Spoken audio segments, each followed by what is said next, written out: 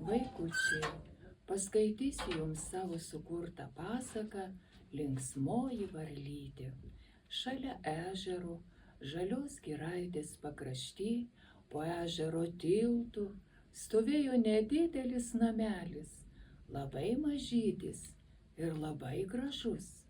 Raudonas kaminas, langai melsvi, langinės gelsvos, stogelis žalias, aplink stogelį ramunėlės baltos, namelio viduje linų spalvos lovytės, krosnelė iš raudonų plytų ir stalas iš žalių vytelių vytas, suolelis mažas iš ąžuolo šakelių, dvi kėdutės iš prinokusių ąžuolo gilių, iš samanų kilimas žalias, išpuoštas rūtų atspalviais žaliais. Namelyje maža varlytė gyvena, žalia žalia, kaip ežero bangose švytinti vakarinė vasaros žara. Varlytė gyvena viena ir jei kartais būna liūdna, ji šokinėja po giraitę, renka miško uogas ir vis ieško draugų, bet surasti draugų vis nesiseka. Anksti ryte varlytė mėgsta pasipliuškenti ežero pakrantėje, kur vanduo šiltas ir pilnas visokiausių vabaliukų, vandens lelijų ir žuvyčių. Tada varlytė pralinksmėja, jos juokas ir linksmi šūkavimai prikelia ežero pakrantės medžiuose snaudžiančius paukštelius. Paukštelių giesmes ežero bangos neša link žvejų valčių, kurios plūduriuoja kitame ežero krante. Varlytė maža, bet labai smalsi ir protinga ir labai gera. Jos namelis kvepia miško uogomis, grybais ir miško žolelių verdamos arbatos skoniu. Vieną vakarą į jos namelio dureles kažkas pasibeldė. Tai draugas, sušuko varlytė. Nejau tai draugas, šokinėjo iš džiaugsmo ir laiminga pravėrė namelio dureles. Prie durų stovėjo skruzdėlytė. Ji labai sirgo. Skruzdėlytė, kas tau? Tu visa permirkus, sušlapus ir tau kojytė skauda. Persigando varlytė. Skruzdėlytei apsisuko galva ir drebančia širdele krito į varlytės glėbį.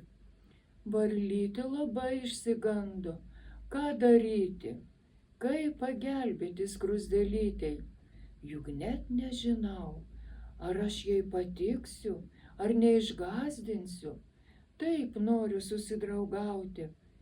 Gal bus mano draugė? Varlytė nuo ryto iki vakaro rūpinusi skruzdėlytę, maitino miško uogomis, žolelių arbatėlėmis, kūrė krosnelę, kad tik skruzdėlytei būtų šilta ir ji, kad kuo greičiau pasveiktų. Iš kur tu, klausė varlytė, kas nutiko, kaip tu čia atsiradai? Gal nori būti mano drauge? Bet skruzdėlytė tylėjo, klausėsi varlytės pasakojimų juoko, tylių žingsnių brūzdesio, kai naktis apkabina giraitę ir jų namelį. Ji buvo išsigandusi ir labai liūdna, nepratarė nė žodžio, tik šluostė ašaras ir slėpėsi po antklodę. Kitą rytą varlytė labai anksti iššokavo prie ežero praustis. Ji šūkavo, juokavo, žaidė su plaukiojančiom žuvytėm ir staiga išgirdo tylų verksmą. Pakėlė gauromedžių lapus, o čia skruzdėlių šeimyna, išgąsdinta naktinio lietaus. Skruzdėlis ieškojo savo skruzdėlytės, kuri prieš keletą dienų pasiklydo. Varlytė papasakojo, kas nutiko, ir pakvietė pas save į namelį, kur pasislėpusi po žaliu lapeliu snaudė mažoji skruzdėlytė. Varlytė pavaišino savo svečius miško uogomis, šilta arbata, šildė krosnelę. Išgirdusi skruzdėlytė balsu savo šeimynos pakėlė antklodę ir pamato savo draugus, kurie linksmai kalbasi ir geria arbatą. Ar čia mano šeima, sušuko skruzdėlytė, nejau įvyko stebuklas, vis klausinėjo, negalėdama patikėti, kad čia jo šeima.